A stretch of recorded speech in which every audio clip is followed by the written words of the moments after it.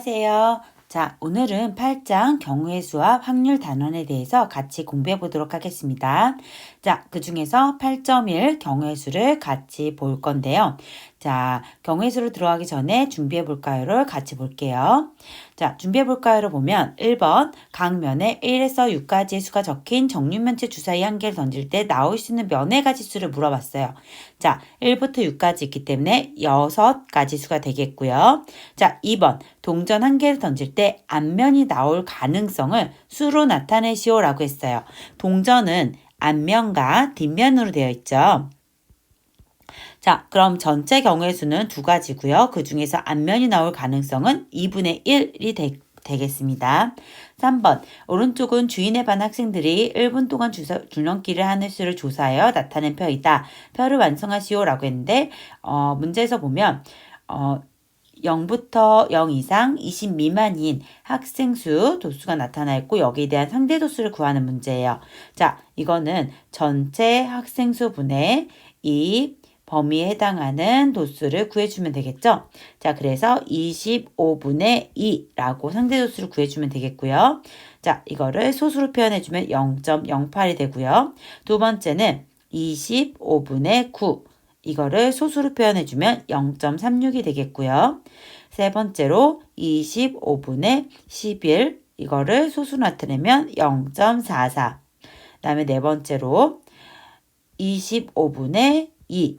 이거를 소수로 나타냈더니 0.08. 그리고 마지막으로 25분의 1이 돼서 0.04가 돼요. 이렇게 0.08부터 0.04까지 쭉 더해주면 이 값이 1이 나옵니다.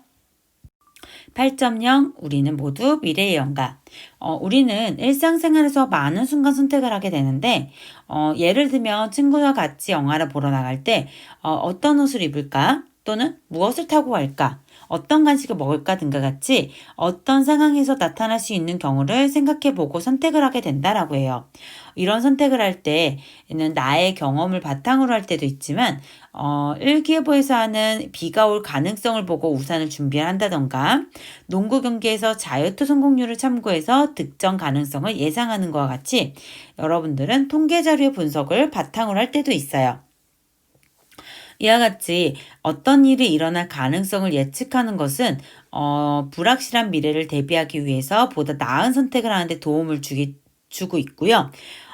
그래서 일상생활에서 이렇게 확률이 다양한 형태로 여러분들한테 활용되고 있는데 어떤 상황에서 활용되고 있는지 적용되는 상황을 한번 찾아보면 좋을 것 같아요.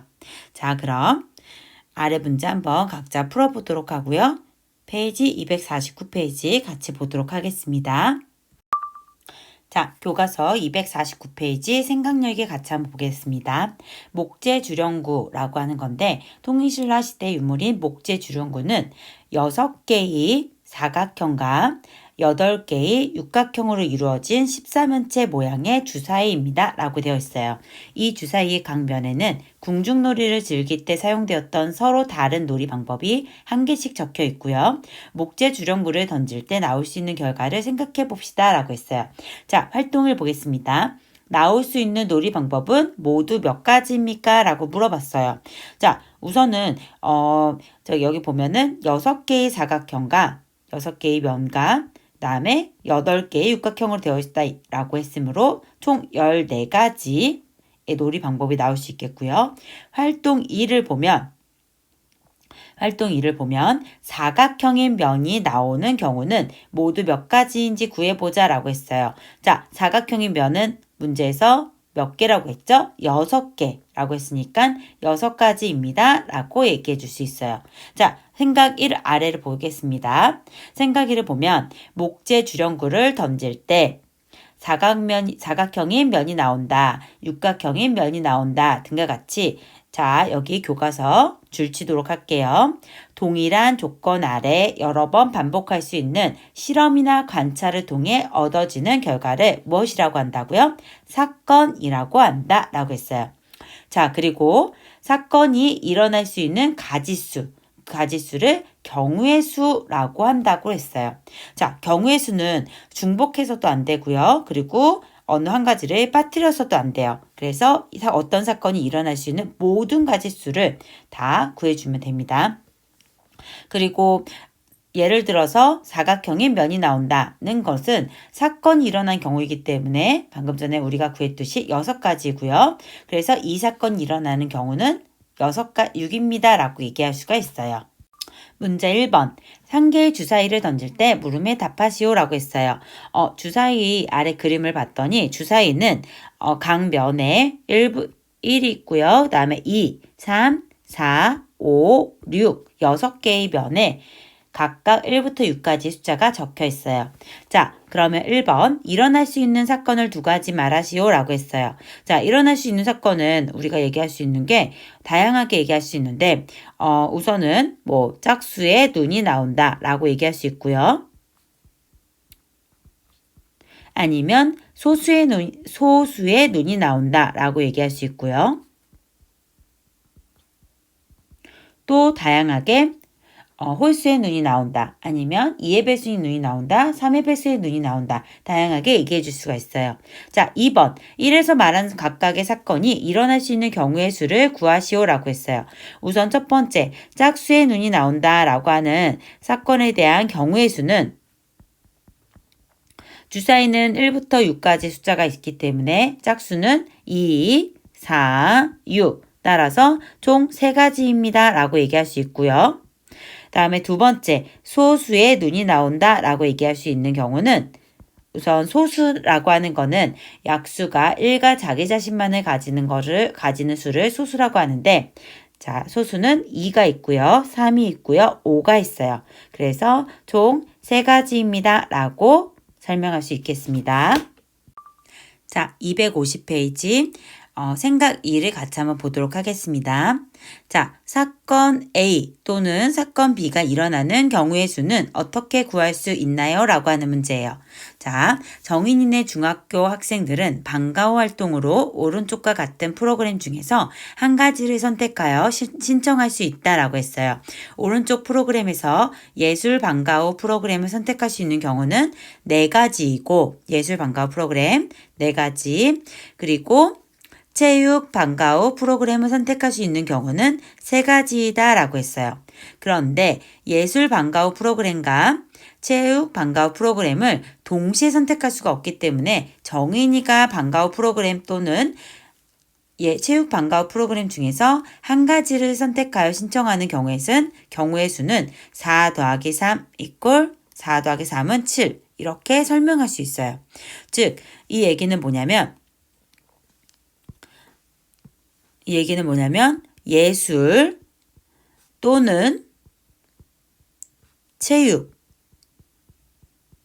이렇게 방과후 프로그램 중에서 선택하는 경우예요. 뭐 예술도 선택하고 그리고 체육도 선택하는 경우가 아니라 총 예술이 4개이고 체육이 3개이니까 총 7개 중에서 하나를 선택하는 경우를 물어보는 경우예요. 그래서 이 경우는 또는 사건 A 또는 사건 B 일어나는 경우의 수는 각각의 사건의 경우의 수를 더해서 그 중에서 고르는 경우이기 때문에 4 더하기 3은 7입니다. 라고 설명할 수 있습니다. 예제 1번 보겠습니다. 혜린이네 학교에서는 박물관 3곳, 미술관 3곳, 전통시장 2곳 중 한 곳에서 체험학습을 하려고 한다 라고 했어요.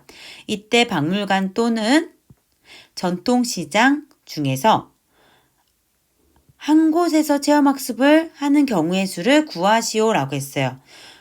이 얘기는 뭐냐면 박물관도 체험학습을 하고 전통시장도 체험학습을 하는 게 아니라 박물관 또는 전통시장 중에서 한 곳을 선택하는 거예요. 그러면 박물관에서 체험학습을 하는 경우는 3가지가 있고요. 전통시장에서 체험학습을 하는 경우는 2가지가 있기 때문에 총 체험학습을 하는 경우는 5가지입니다. 라고 설명할 수 있겠습니다.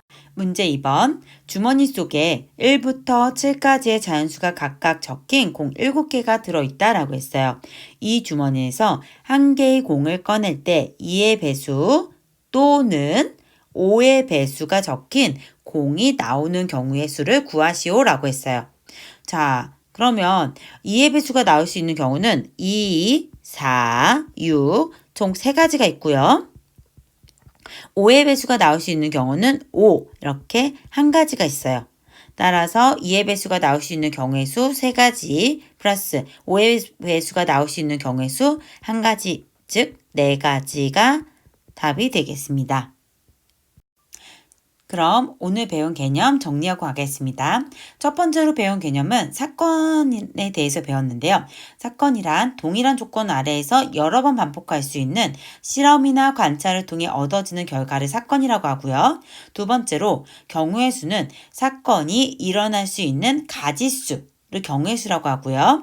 세 번째로 사건 A 또는 사건 B가 일어나는 경우의 수를 구할 때 사건 A 또는 사건 B가 동시에 일어나지 않을 때 사건 A가 일어나는 경우의 수를 M, 사건 B가 일어나는 경우의 수를 N이라고 하면 사건 A 또는 사건 B가 일어나는 경우의 수는 M 플러스 N을 이용해서 구할 수 있습니다.